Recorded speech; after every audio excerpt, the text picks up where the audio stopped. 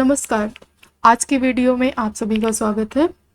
दोस्तों, हाल ही में UK general election संपन्न हुए जिसमें ऋषि सुनक के नेतृत्व में कंजर्वेटिव पार्टी को हार का सामना करना पड़ा और कीर स्टीमर के नेतृत्व में लेबर पार्टी की सरकार बनी। कीर स्टीमर ने अपने ऑफिस के पहले ही दिन एक बड़ा फैसला लिया और पिछली कंजर्वेटिव पार्टी की सरकारों के यूके रवांडा माइग्रेट डील को स्क्रैप कर दिया। गौरतलब हो कि यह डील एक हाईली कंट्रोवर्शियल डील मानी जा रही थी और यूके सुप्रीम कोर्ट ने इसे पहले ही खारिज कर दिया था।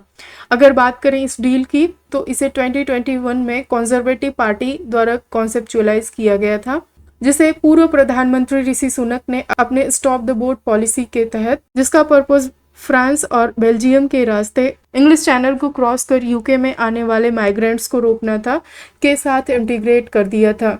इस प्लान के तहत इरेगुलर माइग्रेंट्स को रवांडा में रिलोकेट करना था, जिसके लिए यूके गवर्नमेंट रवांडा गवर्नमेंट को लगभग 500 मिलियन ब्रिटिश पाउंड का एक डेवलपमेंट एड प्रोवाइड करने वाली थी। और इस क्रम में यूके गवर्नमेंट ने 220 million British pound housing societies को डेवलप करने और अदर सिविल इंफ्रा को डेवलप करने के लिए रवांडा को दे भी दिए थे। गौरतलब हो कि अभी किसी भी असाइलम सीकर को यूके से रवांडा में डिपोर्ट नहीं किया गया था। इस प्लान को लेकर के ऋषि सुनक का दावा था कि इससे यूके में ह्यूमन स्मगलिंग के पीछे का मोटिवेशन सर्व नहीं होगा और स्मगलिंग का यह मॉडल अपने आप ही धीरे धीरे क्रम्बल कर जाएगा। जब ऋषि सुनक के इस प्लान को लेकर के एक्सपर्ट्स ने अपनी चिंता जताई और रवांडा में असाइलम सीकर्स की सेफ्टी को लेकर के क्वेश्चन किया, तो इस इशू को टैकल करने के लिए ऋषि सुनक ने रवांडा को एक सेफ कंट्री डिक्लेयर कर दिया, जिसका मतलब ये है कि रवांडा असाइलम सीकर्स के लिए सेफ है और उसके बेसिक ह्यूमन राइट्स वहाँ पे सिक्योर्ड हैं। यूके के अलावा डेनमार्क भी रवांडा के साथ एक ऐसी ही डील की बात कर रहा है और यूरोप के अन्य देश जैसे जर्मनी और इटली भी रवांडा यूके प्लान को केयरफुली ऑब्जर्व कर रहे थे। गौरतलब हो कि ये देश भी रिफ्यूजीज और असाइलम सीकर्स के इन्फ्लक्स से परेशान हैं। अगर बात करें रवांडा की, तो रवांडा के प्रेसिडेंट पॉल कागमे की पिछले कुछ सालों में रिफ्यूजीज और असाइलम सीकर्स को लेकर के एक काफ़ी लिबरल पॉलिसी रही है और पिछले कुछ सालों में रवांडा ने United Nations high commission on refugees की पार्टनरशिप के साथ में लीबिया के डिटेंशन सेंटर्स में रह रहे रिफ्यूजीज को वहां से इवैक्यूएट करके रवांडा में रिलोकेट किया है। और अगर रवांडा गवर्नमेंट के स्पोकपर्सन्स के हवाले से बात करें तो उनका मानना है कि यहाँ के लोगों ने डिस्प्लेसमेंट और डिस्ट्रेस माइग्रेशन का पेन झेला हुआ है, तो इस वजह से रवांडा की सोसाइटी रिफ्यूजीज को लेकर के काफ़ी एम्पैथेटिक है। तो आज का हमारा मुद्दा ये है कि आखिर जब यूरोपियन कंट्रीज जैसे डेवलप्ड कंट्रीज रिफ्यूजीज के ओवरलोड को फेस कर रही हैं, तो आखिर रवांडा रिफ्यूजीज के लिए इतना उत्साहित क्यों है? क्या यह रिफ्यूजीज को वो सारी अपॉर्चुनिटीज सर्व करने के लिए रेडी है जिसके लिए वे अपने देश को छोड़ करके यूरोपियन कंट्रीज की ओर माइग्रेट कर रहे हैं और इसके लिए वे अपनी जान को जोखिम में डालने से भी नहीं चूकते हैं? आज की इस वीडियो में हम इसी विषय पर चर्चा करेंगे और देखेंगे कि पॉलिटिकली, इकोनॉमिकली और सोशली रवांडा रिफ्यूजीज के लिए कितना सेफ है और इन माइग्रेंट्स के लिए यहाँ पे क्या क्या अवसर और क्या क्या चुनौतियाँ हैं। सबसे पहले हम देखेंगे कि रवांडा में माइग्रेंट्स की सेफ्टी और सिक्योरिटी के लिए क्या क्या लीगल बैकिंग्स है, क्योंकि लीगल बैकिंग्स गवर्नमेंट और रिफ्यूजीज के लिए एक well defined and predictable ecosystem provide करती हैं। अगर हम बात करें रवांडा के इंटरनेशनल ट्रेडिशंस के साथ में कॉम्प्लायंस को लेकर के, तो Rwanda Geneva convention on refugees और जेनेवा प्रोटोकॉल ऑन रिफ्यूजीज का एक सिग्नेटरी है। इसके अलावा इसने अफ्रीकन यूनियन के conventions for the protection and assistance of internally displaced persons in Africa का सिग्नेटरी है, जिसके कारण यह अफ्रीकन कॉन्टिनेंट में इंटरनली डिस्प्लेस्ड माइग्रेंट्स और अदर कंट्रीज के असाइलम सीकर्स को कुछ बेसिक ह्यूमन राइट्स प्रोवाइड करने के लिए ऑब्लाइज्ड है।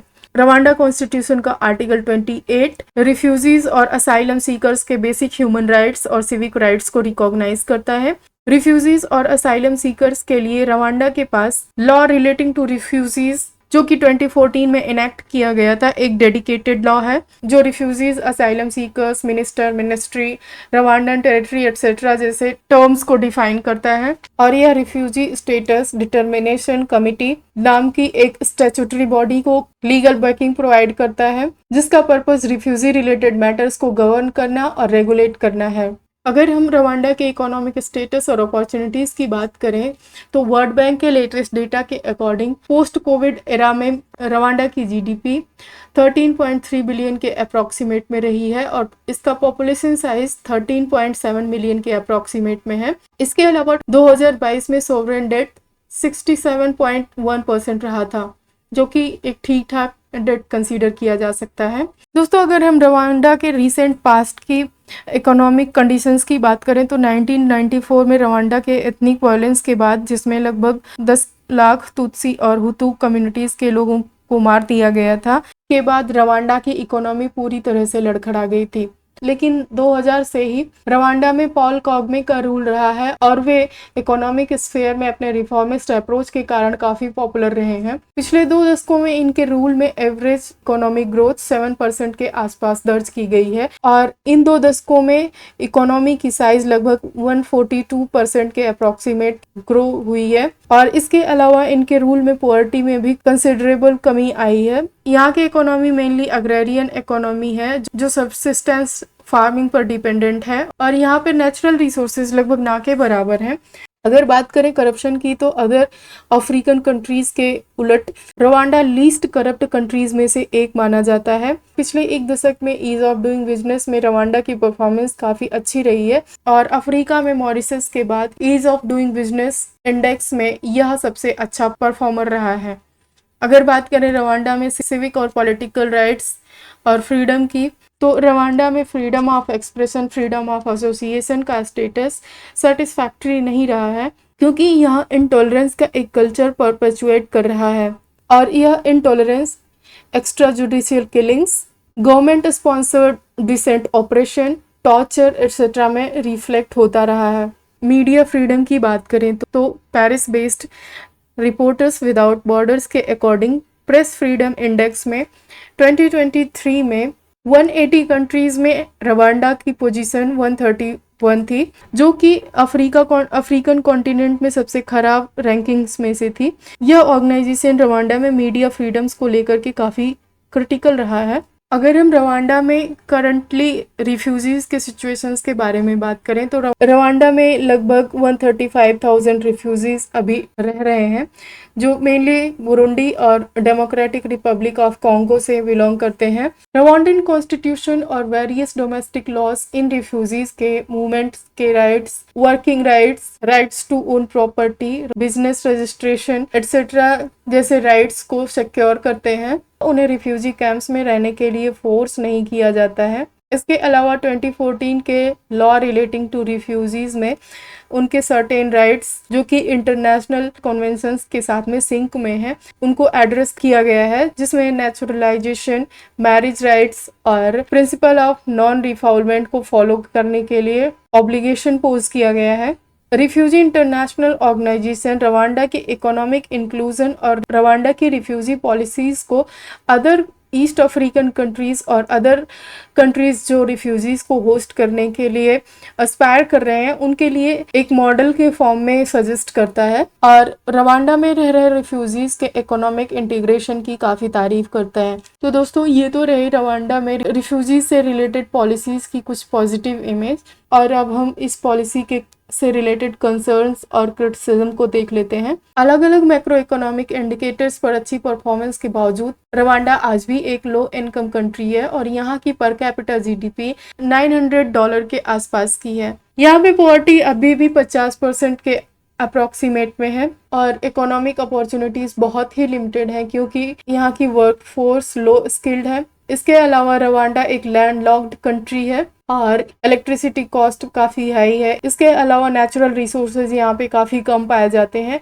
इन सब फैक्टर्स के कारण यहाँ पे private investment other African countries के एवरेज में काफ़ी कम है और रवांडा प्रीडोमिनेंटली एक अग्रेरियन इकोनॉमी बना हुआ है। इसके अलावा यहाँ पे ज़्यादातर रिफ्यूजीज क्रॉनिकली पुअर हैं और अक्सर उन्हें लोकल अथॉरिटीज़ और सिटीजन्स के प्रेजुडिसेस और डिस्क्रिमिनेशन को फेस करना पड़ता है। भले ही गवर्नमेंट अथॉरिटीज़ ने रिफ्यूजी राइट्स के लिए अपनी पॉलिसीज़ को ओपन रखा हो, लेकिन लगभग 93% लोग अभी भी रिफ्यूजी कैंप्स में रहने के लिए मजबूर हैं और पॉवर्टी के कारण फूड क्राइसिस को फेस कर रहे हैं। इसके अलावा 2018 में गवर्नमेंट द्वारा राशन में कटौती के कारण विरोध प्रदर्शन कर रहे रिफ्यूजीज पर वहां की लॉ एनफोर्समेंट एजेंसीज द्वारा ओपन फायरिंग कर दी गई थी, जिसमें कम से कम 12 रिफ्यूजीज की डेथ हो गई, जो यह शो करता है कि रिफ्यूजीज के लिए इनके राइट्स कागजी ज़्यादा हैं। उन्हें इम्प्लीमेंट करने में अभी भी रवांडा का कोई अच्छा रिकॉर्ड नहीं रहा है। ऐसे कई केसेस रिपोर्ट किए गए हैं जिनमें रिफ्यूजीज को ओपोनेंट पार्टीज के साथ नज़दीकी के आरोप में गवर्नमेंट एजेंसीज द्वारा किडनैप कर लिया गया है और उन्हें टॉर्चर किया गया है। कागमे गवर्नमेंट की रिफ्यूजी पॉलिसी के क्रिटिक्स का मानना है कि उनकी पॉलिसी में वेस्टर्न पार्टनर्स के साथ में रिफ्यूजीज के रीलोकेशन रिलेटेड डील्स के पीछे का मेन मोटिवेशन वेस्टर्न कंट्री से मिलने वाले फंड्स हैं, जो रिफ्यूजीज के वेलबींग को इंश्योर करने के नाम पर रिच वेस्टर्न पार्टनर्स से उन्हें मिलेंगे। नवंबर 2023 में यूके रवांडा डील की सुनवाई के दौरान कुछ ऐसे ही व्यू पॉइंट्स यूके की सुप्रीम कोर्ट ने रेखांकित किए थे, जिनके आधार पर रवांडा की माइग्रेशन पॉलिसी को एक अल्टरिस्टिक पॉलिसी कंसीडर करना मुश्किल सा लगता है। उदाहरण के लिए misunderstanding of concept of refoulement. British Supreme Court का कहना था कि रवांडा गवर्नमेंट ने internationally recognised non refoulement principle को मिसअंडरस्टूड किया है। इस व्यू पॉइंट के पीछे सुप्रीम कोर्ट का तर्क था कि इससे पहले इजराइल ने यूके गवर्नमेंट जैसी ही एक डील रवांडा के साथ में साइन करी थी और उस डील को साइन करने में एक क्लॉज नॉन रिफॉल्वमेंट का क्लॉज था, जिसके तहत इजराइल से रवांडा में रिलोकेट किए जा रहे रिफ्यूजीज और असाइलम सीकर्स को किसी थर्ड टेरिटरी में रिफॉल नहीं किया जाएगा।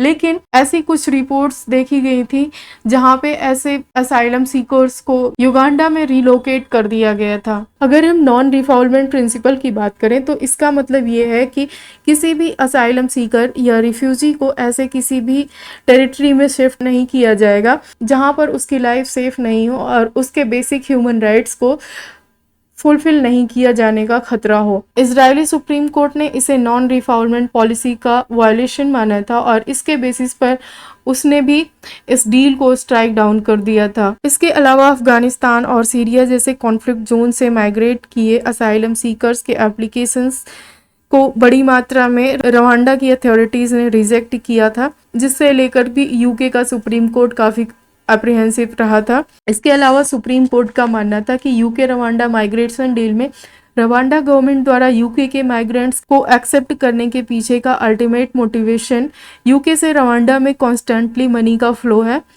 गौरतलब है कि इस डील में यूके गवर्नमेंट रवांडा को लगभग 500 मिलियन ब्रिटिश पाउंड का एड प्रोवाइड करती, जिसमें से लगभग 220 मिलियन ब्रिटिश पाउंड रवांडा को दिए भी जा चुके थे। और जैसा कि हमने पीछे देखा कि रवांडा की जीडीपी लगभग 14 बिलियन के आसपास ही है, तो यह रवांडा के लिए एक अच्छी खासी रकम होती। कीर स्टीमर ने इसे यूनिलैटरली स्क्रैप कर दिया है, तो रवांडा गवर्नमेंट का मानना है कि इस डील के अकॉर्डिंग वह रिसीव्ड मनी को यूके को रिफंड करने के लिए ऑब्लाइज्ड नहीं है। यूके सुप्रीम कोर्ट ने माइग्रेंट्स को रिलोकेट करने के लिए रवांडा को एक अनसेफ थर्ड कंट्री डिक्लेयर किया था और इसके बेसिस पर उसने इस डील को स्ट्राइक डाउन कर दिया था, लेकिन बाद में फिर से ऋषि सुनक ने इसे प्रमोट किया। तो दोस्तों, ये तो रही रवांडा गवर्नमेंट की पॉलिसीज और एक्चुअल इम्प्लीमेंटेशंस की एक मिक्स्ड तस्वीर।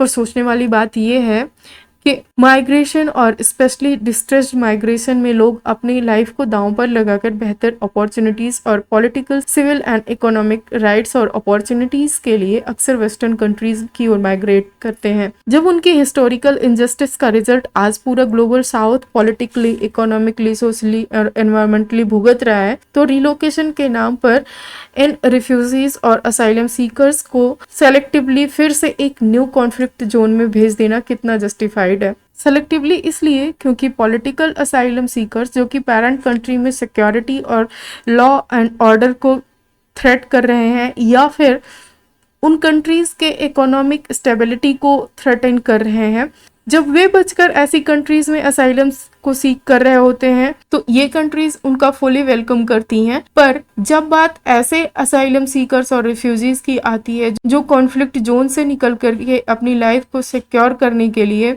और बेहतर इकोनॉमिक अपॉर्चुनिटीज के लिए इन कंट्रीज में माइग्रेट करते हैं, तो ये कंट्रीज उनके लिए अपने दरवाजे बंद कर रही हैं या फिर जेनरसिटी के नाम पे उन्हें ऐसी जगह पे रिलोकेट कर रही हैं जहाँ पे वे वैसी ही कंडीशंस को फेस कर सकते हैं जैसी कंडीशंस से वो निकल करके भागे हैं। तो ये कितना जस्टिफाइड है, ये तो सोचने का विषय है।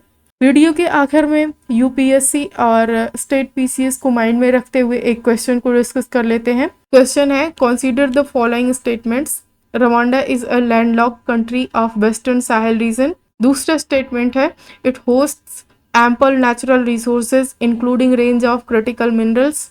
तीसरा स्टेटमेंट है, lake Victoria shares its coast with Rwanda, Uganda, democratic republic of Congo, Tanzania and Malawi. Choose the correct option या ऑप्शंस। पहला है option A, only 1 and 2 are correct. Option B, only 2 and 3 are correct. Option C, all are correct. And option D, none of the above is correct.